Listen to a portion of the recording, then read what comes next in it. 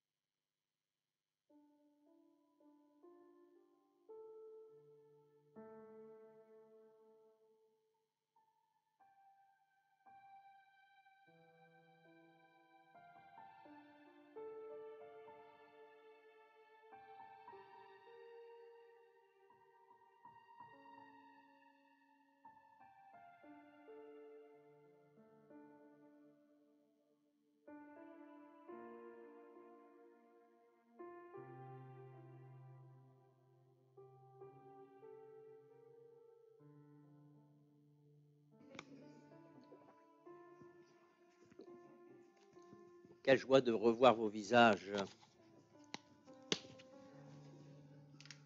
Donc, je vais te faire ça. Donc, bonne fête à toutes les mamans. Bonne fête à toutes les mamans. Et les grands-mères aussi, bon. Non, c'est pas maintenant? Ah non, c'est pas la même chose? Ah bon, c'est pas la même chose. Alors, bon, bonne fête à toutes les mamans. Il n'y a pas de fête pour les grands-mères. Bien. Alors, j'accueille des personnes nouvelles, 2 personnes nouvelles. Tu peux dire ton prénom, c'est la première fois que tu viens. Émilie. Oui. Colette. Et c'est la fille Paulette. Donc, la maman et la fille, qui sont malgaches. Donc, soyez les bienvenus. On les accueille, s'il vous plaît. C'est la première fois. Gabriella, toi, c'est pas la première fois que tu viens. Non. Donc, toi, c'est pas la première fois non plus. Voilà. Donc, bienvenue à tous et à toutes. Donc, des anniversaires, j'en ai pas vu. Merci pour votre compréhension. Lorsque Serge et tous ceux qui s'occupent du service vous demandent de mettre du gel, d'avoir vos masques. Donc, pour partir tout à l'heure, vous avez vu, il y a des flèches. Vous ne repartez pas par là où vous êtes venu. Vous repartez par ici, d'accord, avec la distance. Serge viendra pour vous faire sortir rang par rang. On va faire le protocole comme c'est dit. Vous pouvez reprendre du gel à la sortie. Lorsque vous êtes dehors, vous pouvez parler ensemble, mais ne soyez pas des grands groupes. Voilà, vous êtes le dernier groupe. Merci. Et on n'a pas de soucis. On pense que tout va bien se passer. Vous êtes très disciplinés. À part ceux qui ne se sont pas disciplinés à venir alors qu'ils s'étaient inscrits, ça c'est moins bien. Mais merci pour votre discipline. À la sortie, vous récupérez vos enfants.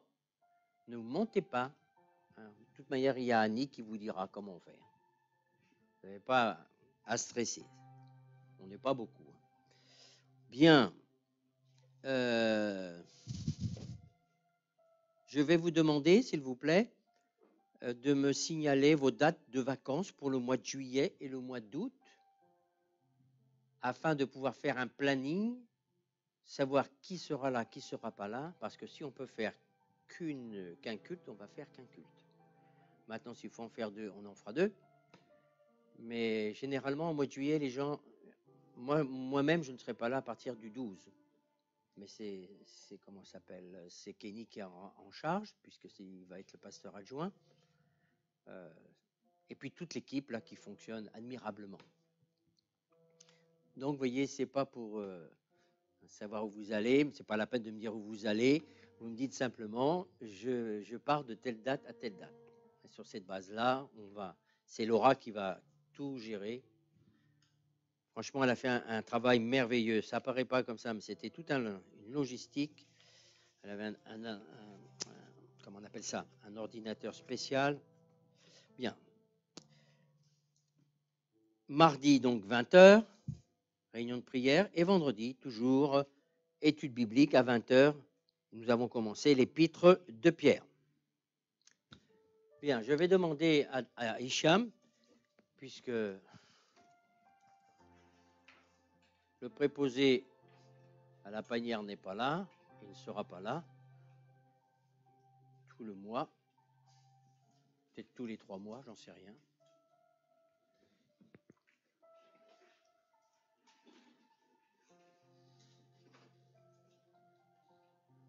Merci.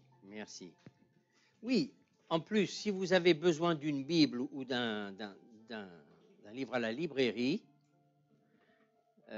Nathalie se tient là-bas, à sa place, mais vous partez par ici et vous re-rentrez de l'autre côté. Vous ne repartez pas en marche arrière, vous partez dans ce sens-là et vous revenez par la porte d'entrée. Et c'est un par un. Bon, c'est au cas où vous aimeriez avoir une Bible ou un livre. Mais s'il n'y a personne, c'est pas grave. Mais encore, c'est pour vous qu'on fait cela, que vous ne soyez pas démunis. Donc, si vous pouvez payer en chèque, c'est mieux. S'il n'y a pas d'autre solution, eh bien, mais c'est mieux en chèque, franchement.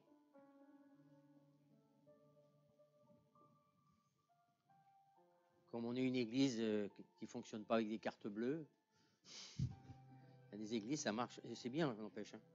Carte bleue, plop, on n'a pas ça. Vas-y, mon frère. Merci Seigneur pour toutes choses que tu es en train de faire, Seigneur. On te rend grâce, Seigneur, pour ton amour, Seigneur, pour ta présence parmi nous, Seigneur. Et merci, Seigneur, pour toutes les dons et les offrandes, Seigneur. Bénis mes frères et sœurs, Seigneur, qui sont présents, qui ne sont pas présents, Seigneur.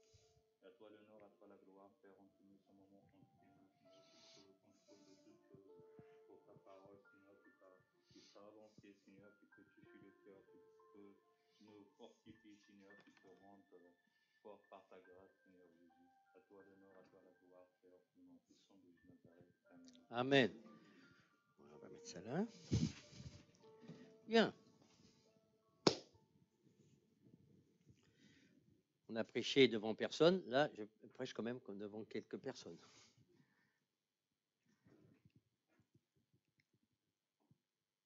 Mais la parole n'est pas liée au nombre de personnes.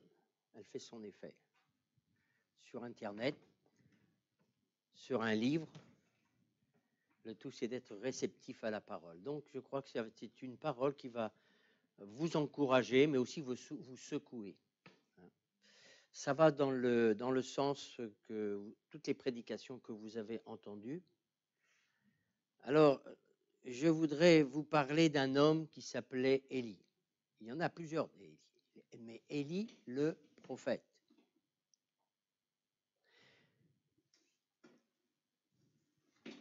Le contexte, c'est quoi? C'est 1 Roi 18, verset 21, et Élie va dire, ça va être le chapitre 18 et le chapitre 19. Donc, je ne vais pas tout lire, mais je vous donne des indications, c'est à lire. Vous avez des notes et vous reprenez tout, et vous allez voir, vous allez bien comprendre. Donc, Élie est un prophète. Vous savez qu'à cette époque-là, l'onction de Dieu, la présence de Dieu était sur les prophètes. Pas dans les prophètes, sur les prophètes. Aujourd'hui, nous sommes dans une dimension où Dieu non seulement vient sur des personnes, mais dans la personne. Élie était un homme oint. Alors, pour ceux qui viennent peut-être pour la première fois, ça veut dire quoi, oint? Oint, c'est-à-dire qu'ils étaient consacrés. L'onction, quand on parle de l'onction de Dieu, c'est-à-dire la présence palpable de Dieu sur une personne, qui, elle, le ressent. Et donc, quand elle prêche ou quand elle prie, il y a l'action du Saint-Esprit. Donc, Élie était un homme rempli de l'onction de Dieu. Parce que Dieu ne change pas. Hein. L'alliance change, mais Dieu, lui, ne change pas. Élie, grand prophète de Dieu, va secouer le peuple d'Israël qui n'arrêtait pas d'être un coup à droite, un coup à gauche. Un coup, ils adoraient les idoles. Un coup, ils se tournaient vers Dieu ou ils faisaient les deux en même temps. Et Dieu va charger Élie de secouer ce peuple. Parce que Dieu aime, mais quand ça ne va pas, il secoue. Et il va dire ceci de la part de Dieu. Jusqu'à quand clocherez-vous des deux côtés? C'est-à-dire, un coup avec les idoles et vous faites n'importe quoi, qui vont avec, et un coup, vous venez vers moi pour ceci, pour cela. Donc, c'est le contexte. Et c'est dans ce contexte-là que Élie, qui était tellement loin de Dieu, qu'il va littéralement secouer la nation d'Israël et faire tomber le feu. Le feu, mais là, c'est un feu visible. De même manière que le buisson ardent, c'était un feu qui ne consumait pas, c'est un feu visible. Là, le feu de Dieu va tomber. Donc, c'est dans ce contexte où Élie va dire à ce peuple d'Israël, demandez à vos Baals de faire tomber le feu. Il dit, et moi je vais demander à l'Éternel, à Yahweh de descendre, de faire descendre le feu. Il faut être plein de foi. Hein. Alors, verset 21. Donc, il faut peut-être que je fasse passer les autres. C'est du verset 36 à verset 39. Merci.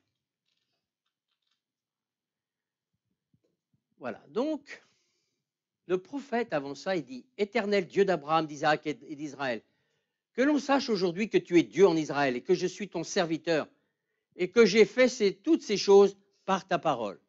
Il n'a pas dit, tiens, je vais faire un petit feu là pour... Non, c'est Dieu qui lui a dit de faire comme ça.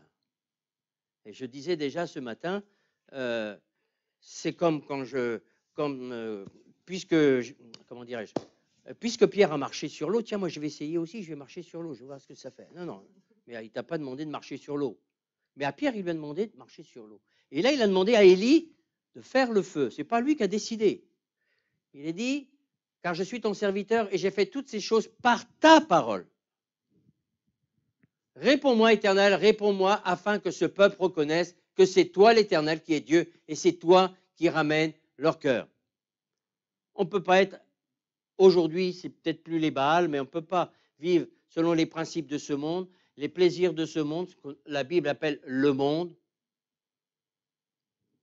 et être du royaume de Dieu. Ce n'est pas possible. Vous ne pouvez pas aimer Mammon et Jésus. Vous ne pouvez pas dire que vous aimez Dieu et faire comme tout le monde qui font n'importe quoi. C'est ça que Dieu, il n'arrête pas, c'est toujours la même chose.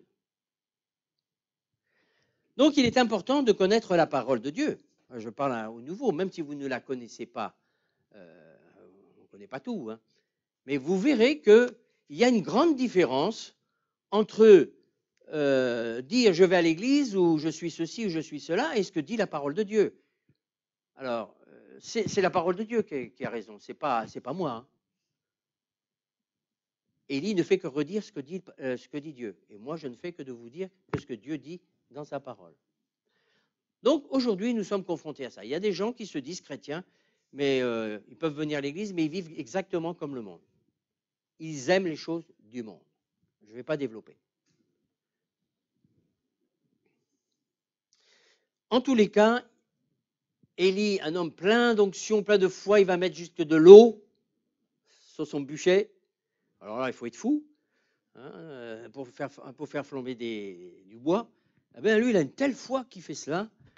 Alors, on sait que eux, les autres, les Baals, qui adorent Baal, ben, ils font toutes ces cérémonies que ceux qui connaissent un petit peu, on se taillade dans tous les sens. On retrouve ça dans des pays africains où les sorciers se tailladent dans tous les sens. Ils sont pris de transe et tout ça. Mais eux, c'était ce qu'ils faisaient. Hein. Donc, rien ne tombe. Mais Élie, lui, le feu va descendre. Il y avait de la foi. Hein. Non seulement ce qu'il dit s'accomplit, mais ça va s'accomplir aussi dans le verset 41 ou 46 où il va faire tomber la pluie. Pendant 7 fois, il n'a pas vu la pluie, mais il savait que la pluie devait tomber. Il savait que la pluie devait tomber. Et ni la première fois, ni la deuxième fois, 7 fois. C'est pour ça que, notamment, lorsque nous prions pour X choses, je dis toujours, nous devons aller jusqu'à la fin. La foi, c'est jusqu'à la fin, en ce qui concerne notamment la guérison. Jusqu'à la fin. Il y a des gens qui meurent.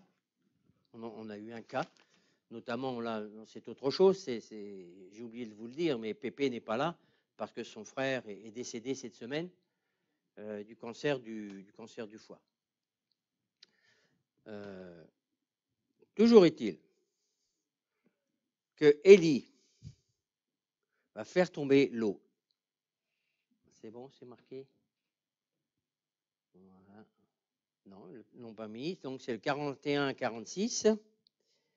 Et vous retrouverez ça dans Jacques, chapitre 5, versets 17 à 18. Ce qu'on appelle l'onction d'huile.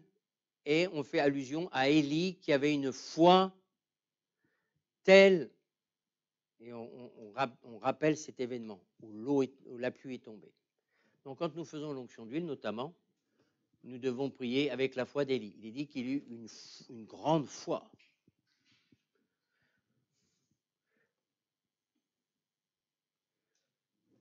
Maintenant, je vais prendre 1 Roi chapitre 19. 1 Roi chapitre 19. J'ai perdu ma page. Ah, ça y est. 1 Roi 19. C'est là-dessus que je vais focaliser, mais il fallait que je vous donne le contexte. Comment peut-on passer d'une foi, grande foi qui bouscule tout, on voit des grandes choses, et qui, dans le même temps, un peu plus tard, cet homme va, son onction, elle est complètement descendue, il n'a plus la foi, il est désespéré. Mes amis, nous ne sommes pas immunisés contre l'opposition du diable, parce que nous sommes loin. Immunisé, vous savez ce que ça veut dire, hein? Quand on est immunisé pour une maladie, ça veut dire, elle peut toujours dire, vous ne fera rien. Nous ne sommes pas immunisés spirituellement contre l'opposition du diable dans votre vie, dans ma vie, en tous les cas là, dans le récit, qui est un bon exemple. Il va s'opposer. Comment? Eh bien, il va s'opposer par une femme qui s'appelait Jézabel. Jézabel, c'était la femme d'Akab. Parce qu'à la suite de ce grand miracle, Élie va détruire non seulement l'autel, mais il va détruire tous les faux prophètes. Alors, Jézabel, qui était la reine et la grande prêtresse de tous ces faux prophètes, est dans une colère monstre. Et voici ce qu'elle dit. Verset 19 à partir du verset 1. Akab rapporta à Jézabel tout ce qu'avait fait Élie et comment il avait tué par l'épée tous les prophètes. Jézabel envoya un messager à Élie pour lui dire, voici ce qu'elle dit, que les dieux me traitent dans toute leur rigueur.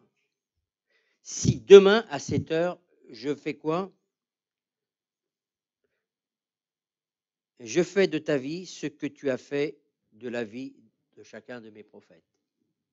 Ça veut dire, ce que tu as fait à mes prophètes, là, je vais te faire la même chose. C'est clair, hein? Alors, on est étonné du comportement de Élie. On dit un homme de foi comme ça, Dieu est avec moi, Dieu est avec moi, il a fait tomber le feu, fait tomber l'eau. Ah ben non. Le diable, il sait comment nous toucher. En tout cas, pour Élie, il s'est servi d'une femme qui s'appelait Jézabel. Et derrière Jézabel, nous, on verrait qu'une femme, une manipulatrice pour le roi, mais derrière, il y a un esprit. Donc cet esprit, quand elle a prononcé cette parole de malédiction, en disant « je vais te faire ta peau », c'est une puissance des ténèbres qui agit. Vous savez, beaucoup vous connaissez ça, même si ça fait pas longtemps que vous venez à l'église, vous connaissez les paroles de malédiction, les jeteurs de sorts et les choses comme ça. Bien, un sorcier, quand quelqu'un qui est avec un tel esprit, l'esprit de Jézabel, quand il prononce une parole comme ça, c'est pas qu'une parole de colère, c'est une promesse d'une puissance des ténèbres qui va faire ta peau. Et d'un seul coup, il est saisi par une peur, par une crainte. Il est complètement démuni devant cette peur qui vient sur lui et il prend ça comme une vérité. C'est étonnant quand même pour un homme de Dieu qui est capable, par l'onction qui est sur lui, de faire descendre le feu et l'eau, sur la parole d'une femme, il va se sauver. Donc, c'est peut-être la parole d'une femme, mais derrière cette femme, ce sont des puissances des ténèbres. On retrouve cette puissance dans Apocalypse 1, versets 20 à 23, où il y avait une prophétesse dans cette église. Donc, c'est les premières églises, je ne me rappelle même plus du nom. Si quelqu'un a le nom, qu'il me le dise. Désolé, le nom m'échappe. Enfin, une des 7 églises.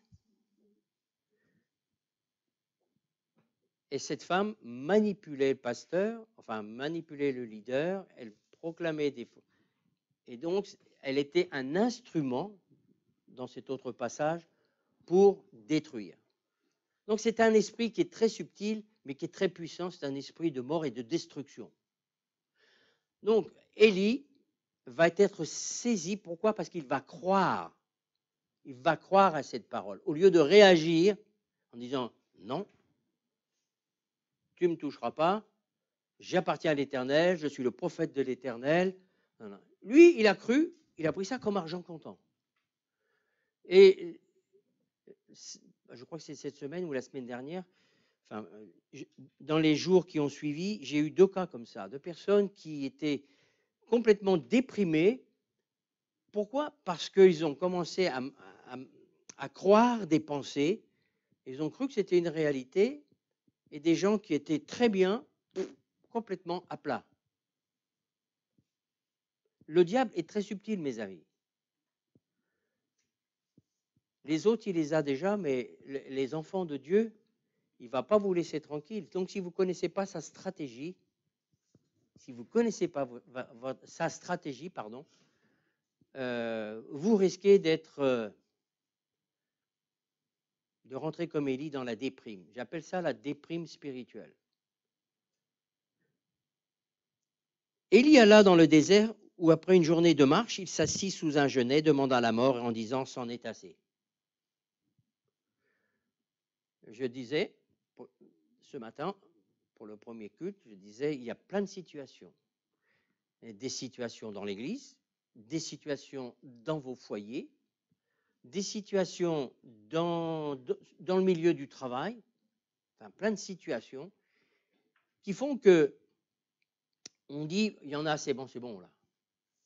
J'en peux plus là, c'est bon.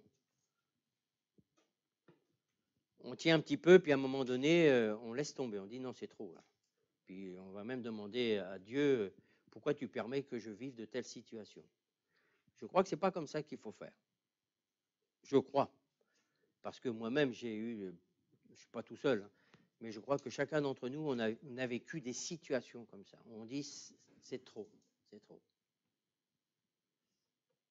Vous n'avez peut-être pas eu de Jézabel, mais quoique, souvent, à force d'entendre certaines paroles, que ce soit dans votre foyer, que ce soit, je me répète, dans l'église ou dans le monde du travail, ça a son effet. Et vous en arrivez à vous dire, mais est-ce que je suis comme ça? Et le diable va se servir de ça. Dans tous les cas là, il alla se coucher, s'endormit sous un genêt, et voici un ange le toucha. Ah! Moi je dis que c'est merveilleux. C'est merveilleux parce que Dieu, il ne nous achève pas. Il va faire tout le travail contraire de ce que le diable était en train de faire. C'est-à-dire, on est dans le découragement. Vous aurez des découragements. Que vous soyez très loin ou un peu loin, vous aurez des moments de découragement. Je parle à ceux qui, ce que je ne peux pas développer, ceux qui savent ce que c'est que l'onction de Dieu, ceux qui sont consacrés à Dieu, vraiment qui ont tous consacrés. Eh bien, vous ne passez pas à côté. Hein. Je dirais même que le diable va mettre un peu plus la pression. Parce que, en fin de compte, ce qu'il veut, c'est vous arrêter. Et là, c'est à ce moment-là que le diable a réussi. Il a stoppé cet homme qui était rempli de la présence de Dieu. Donc, vous aurez des découragements. Il y aura des moments où vous poserez même des questions, à savoir si Dieu est encore avec vous, qu'est-ce qu'il veut. J'arrête, j'avance, qu'est-ce que je fais? J'abandonne tout. Ça, c'est le genre de questions, même pour ceux qui sont pleinement dans le Seigneur. Mais c'est des choses qu'il faut absolument mettre. Il faut rejeter ça, mes amis. Si vous ne rejetez pas ça, vous allez être comme Élie, vous allez rentrer dans ce que j'appelle des dépressions spirituelles. Plus goût à rien, vous êtes malheureux, voilà.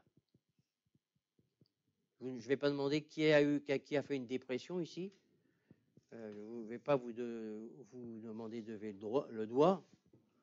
En tous les cas, comme j'ai dit, moi j'en ai fait une, et une sévère. Donc je sais comment ça fonctionne, l'épuisement spirituel, l'épuisement psychique, comment dirais-je, les gens qui vous disent du mal, des gens qui vous méprisent, des gens qui disent des calomnies. Vous dites, bon, c'est bon, quoi. Stop. Même en tant que pasteur, vous pouvez en arriver là. Il y a des hommes de Dieu, des femmes de Dieu qui sont stoppés sur la route à cause de ça. Et pourtant, ce sont des hommes et des femmes de Dieu remarquables. Satan a toujours la même stratégie. S'il ne peut pas vous faire renier Jésus, il va vous stopper. Comme ça, vous devenez inopérationnel. Et en plus, vous, au lieu de vivre dans la présence de Dieu et dans la joie, vous êtes dans la dépression. Tout le monde me suit, même ceux qui vont regarder ça sur Internet. Personne ne peut dire que ça ne lui est jamais arrivé. Il y a des degrés. Mais dans le monde chrétien, il ne faut pas dire tout, on a Jésus, tout ira bien, c'est faux. Hein. Puisque tu es avec Jésus, sache que le diable, il va pas te lâcher. Mais gloire à Dieu. Je dis, mais gloire à Dieu. À travers ces choses-là, Dieu va vous faire grandir. C'est pour ça que j'essaye de vous enseigner que la vie chrétienne, ce n'est pas simplement une vie, alléluia, c'est une vie. Vous êtes des guerriers. Des guerriers, les guerriers, quand ils vont au combat, ils savent qu'ils risquent une balle. Hein? Oui ou non? Bah oui, normalement, hein. On ne tient pas à en recevoir une. Mais là, c'est pareil. Donc, le diable, il faut comprendre que ça commence toujours par ici, dans vos pensées. Ne faites pas comme Élie qui, submergé par ses craintes, ses pensées négatives, ses lamentations, parce qu'on a dit qu'on voulait le tuer, qu'on allait le détruire, va tomber dans une profonde dépression. Il demande la mort. Le problème, c'est qu'il a cru comme étant une réalité ce que cette femme lui disait. Vous savez que Satan, il est le père du mensonge. Il est capable même de prendre des versets bibliques et puis de les prendre mal à propos. Enfin, il est très subtil. Il y a une chose qu'il veut, c'est vous détruire. Et s'il n'arrive pas à vous détruire, il va vouloir vous stopper. Allez, faites très attention. Il peut vous stopper. Il est très malin. Surtout quand les choses du monde reviennent au grand galop et qu'on les laisse revenir. Mais Dieu est grand. J'ai marqué Dieu est quelqu'un qui nous aime, même quand on est dans la dépression, même quand l'onction s'en va, parce que ce n'est pas de la faute de Dieu, hein, si elle s'en va, c'est la faute à nous. Allô? L'onction, quand elle s'en va, ce n'est pas la faute à Dieu, c'est notre faute. Il y a des situations, elles peuvent être très très dures, certes, mais c'est de la manière dont tu vas réagir à la situation qui va faire que ton onction va grandir. Ça, je vais le partager plus tard. L'onction, c'est quelque chose, c'est comme un thermomètre, bien que ce ne soit pas un thermomètre.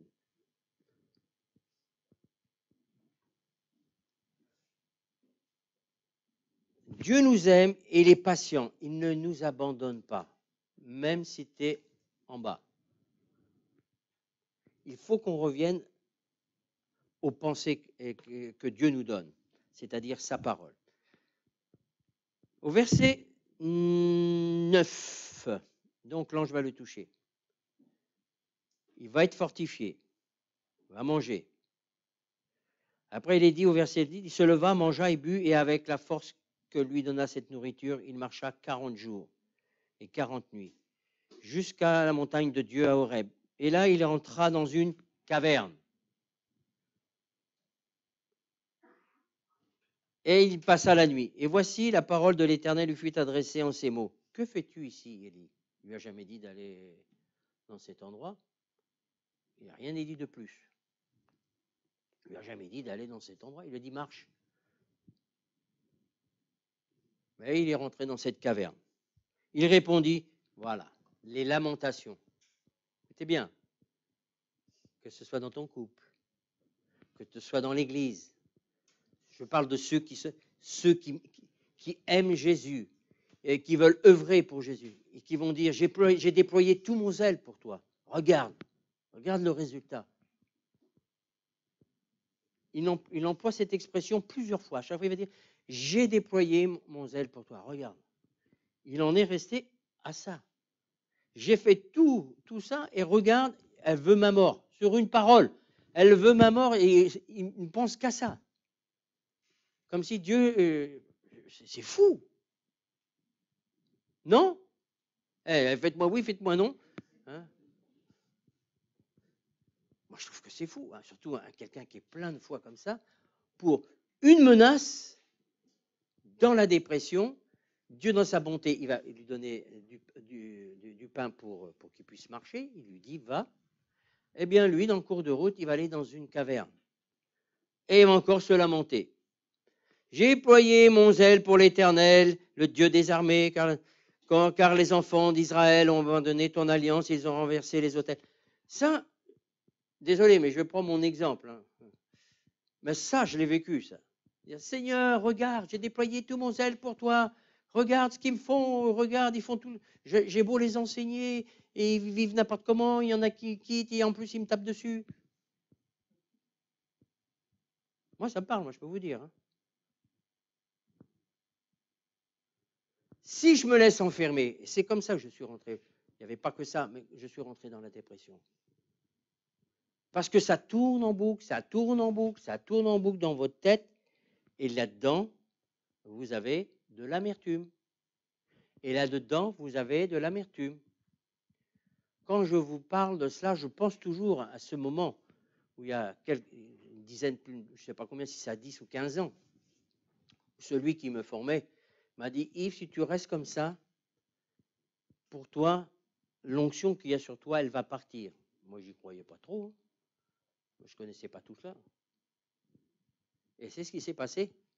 Tant que j'ai ruminé, tant que je me suis lamenté sur ce que les autres m'avaient fait. Et c'était juste. Oui, il m'avait fait ça. Mais Dieu me disait, arrête de te lamenter, je connais le problème. Va de l'avant, fais ce que j'ai été dit de faire, laisse-les, abandonne toutes ces choses, parce que ton puits, ton être, il est plein d'amertume. Et mes amis, ce que je vous prêche, je l'ai vécu 2 fois. On ne me l'a pas fait une fois, on me l'a fait plus. Quand je dis 2, encore, je suis gentil. 2 fois, enfin 2 grosses fois. Je peux vous dire que oui, on peut être un homme de foi, on peut être une femme de foi comme ça, et par une circonstance être comme ça, à plat. Donc je répète, ça peut être dans l'église, ça peut être dans ton foyer, ça peut être à cause de ta femme, à cause de ton mari, à cause de tes enfants, à cause de ta belle-mère, enfin tout ce que vous voulez. Les beaux-pères aussi, oui. Enfin, vous voyez,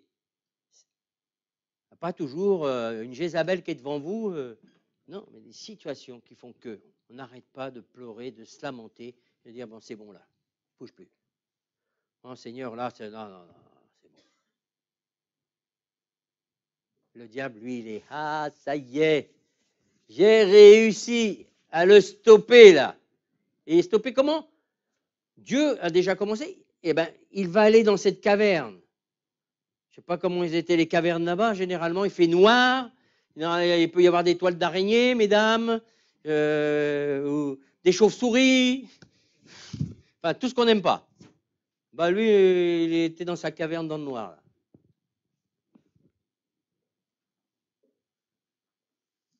Eh bien, Dieu va interpeller encore une fois Élie. Et quelle heure il est? Ah oui. Dieu va interpeller Élie. Il est déjà cette heure-là. Dieu va interpeller Élie et il va y avoir des tremblements de terre. Dieu n'était pas dans le tremblement de terre. Il va y avoir des choses comment dirais-je, forte, mais Dieu n'était pas dans ces manifestations. Il est dit qu'il vint comme un doux vent. Vous savez, quand vous êtes dans cet état de dépression, ce que les gens ont besoin,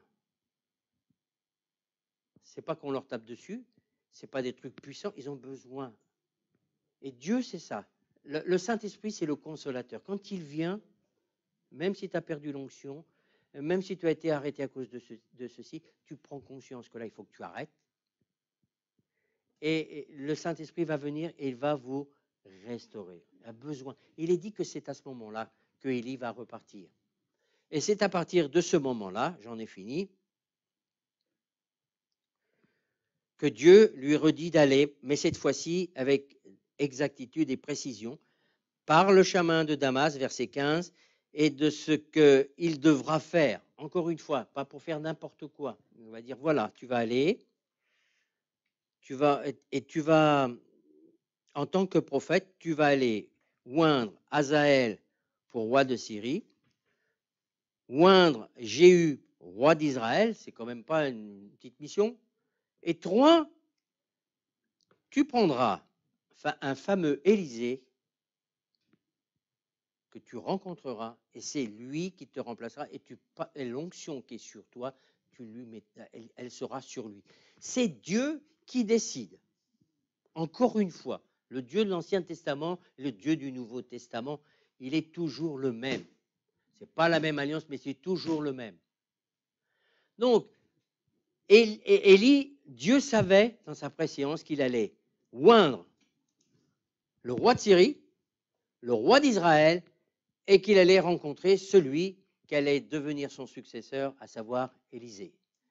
Mes amis, Dieu, vous qui avez l'onction de Dieu, et si vous ne l'avez pas beaucoup, de réclamer-la. Il n'y a que ceux qui ont faim qui reçoivent, ceux qui veulent plus s'investir, ceux pour qui aiment les choses de Dieu, vous aurez l'onction qui vous sera départie. En tous les cas, moi, je sais ce que je dois faire jusqu'à la fin, parce que Dieu, ce n'est pas un coup à droite, un coup à gauche. Toi, tu ne sais peut-être pas trop, mais en tant que tu es disciple, tu dois faire, tu sais ce que Dieu t'a demandé de faire. Tu sais ce que Dieu t'a demandé de faire. Alors, le diable, si tu es dangereux pour son royaume, dis-toi une chose, il va tout faire pour que tu n'avances plus comme tu avançais avant. Le diable craint tous ceux qui sont dangereux pour son royaume. Ceux qui ne sont pas trop dangereux, qui veulent rester arroupillés, ça, ils ont le droit. Mais vous passez à côté, il passe à côté de l'œuvre de Dieu, des choses que Dieu a préparées d'avance. Je bégaye.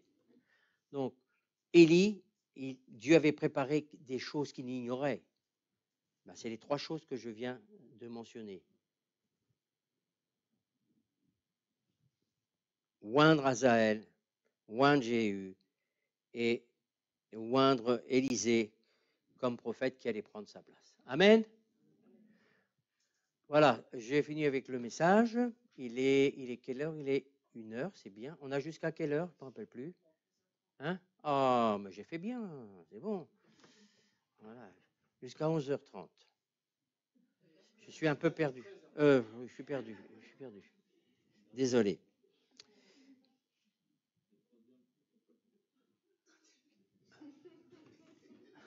Non, il n'y a pas de 3e culte. 2, là, vous voyez, je commence déjà à... Alléluia. Mon ami, Dieu, si tu n'es pas prophète, tu es enfant de Dieu. Et Dieu, il a un plan pour ta vie. Ne fais pas les choses au hasard. Au début, on ne sait pas trop. Te dis pas, qu'est-ce que Dieu veut faire de moi? Quel ministère? Arrêtez avec ça. Dieu veut que vous soyez des enfants de Dieu. Il veut que vous marchiez selon sa parole et il vous dira en cours de route à quoi il vous appelle. Mais il vous appelle déjà à vivre selon sa parole, à marcher dans la sanctification, de lui obéir, d'aimer les autres, d'annoncer l'évangile, de prier pour les malades, chasser les démons. Alléluia. C'est déjà pas mal, hein? Ça, c'est pour tout le monde. Et peut-être que tu seras appelé à devenir toi-même un prophète, un pasteur, un évangéliste, un apôtre. Mais en attendant, sache une chose, quel que soit ton ministère et ta position, le diable, il va tout faire pour te stopper. Et puis ta vie, qu'est-ce qui va se passer? Ta vie, elle va être monotone. Hein? Quand ça ne va plus à l'intérieur, quand vous êtes découragé, quand vous avez l'impression qu'il n'y a rien au bout, là, c'est plus une caverne, c'est un tunnel bouché. Mais le tunnel n'est pas bouché. Amen. Et si le diable veut vous le déboucher, vous lui dites, hop, revenez à Dieu. Amen. Il est patient. Il est patient. Mais je vais demander aux musiciens de revenir.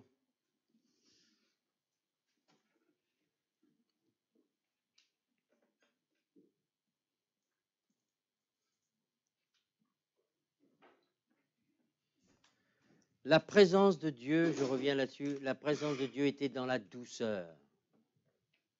On voit toujours un Dieu qui ferait que des éclairs, du feu, tout ça. Mais là, c'était dans la douceur. Ce n'est pas à nous de choisir.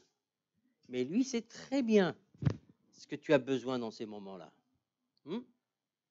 En tous les cas, je le redis encore une fois, quand vous êtes dans la dépression, ce que vous avez besoin avant toute chose, c'est de l'amour, c'est de la douceur et de savoir bien, que Dieu vous aime réellement. Même si plus personne vous aime, il y en a un qui va toujours continuer à vous aimer. N'oubliez jamais ça. Combien même ton père, ta mère, c'est facile, c'est facile de dire les versets, n'est-ce pas? On les connaît. Hein? Combien même si ton père, ta mère t'abandonnerait, moi je t'abandonnerai jamais. Mais dans des moments comme ça, c'est là qu'on voit si vous y croyez ou pas. Parce que tout ça peut nous échapper. Tout le monde peut nous trahir, mais il n'y en a qu'un seul qui ne va pas nous trahir. Jamais. Vous m'entendez? Jamais. C'est vous que peut-être qui allez l'abandonner, mais lui, jamais. Il nous aime trop. Il a tout donné, il a donné son propre fils. Il a souffert, il savait d'avance ce qu'il allait vivre, mais il nous a tant aimés. Nous, quand ça ne va plus, quand on a l'impression que plus personne nous aime, il faut toujours se dire, il y en a au moins un qui m'aime et il va me rétablir. Si vous êtes dans une forme de dépression, si vous êtes découragé, sortez de votre caverne. Hein? Moi, je dis toujours, quand on est dans une caverne, après on sort, on est plein de toiles d'araignée. Hein? Bah oui, parce que à la lumière. Amen. On va rechanter ce chant. On va rechanter ce chant. Je n'avais pas remarqué au premier culte, mais au deuxième culte, je remarque que le chant colle parfaitement à la prédication. On y va? Je vais chanter avec vous, oui? Oui, je sais. Oui. Ça ne m'étonne pas, je vais expliquer pourquoi. Quand je prêche, c'est normal.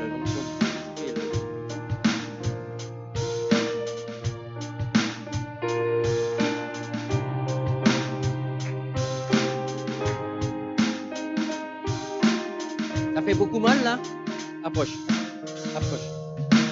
Non, on va se revoir, hein?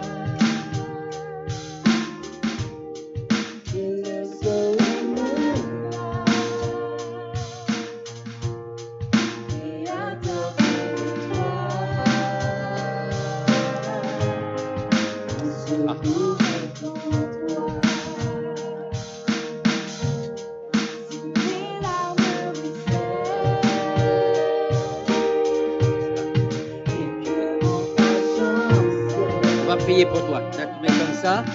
Levez vos mains. Pas peur. Quand je vais prier, on se voit quand même. Hein. Là, Ça te brûle les yeux, j'ai posé mes mains et on s'attend que le Seigneur, par l'onction, ça va partir. Ok, ferme les yeux. Dans le nom de Jésus, j'ordonne. Dans le nom de Jésus, j'ordonne que l'onction qui est sur moi, ce que j'ai prêché, maintenant, oppression, tu lâches ce jeune homme, tu quittes ses yeux, je brise ce droit que tu as sur ses yeux maintenant, dans le nom de Jésus, tu dégages. Maintenant, tu acceptes Jésus? Alléluia.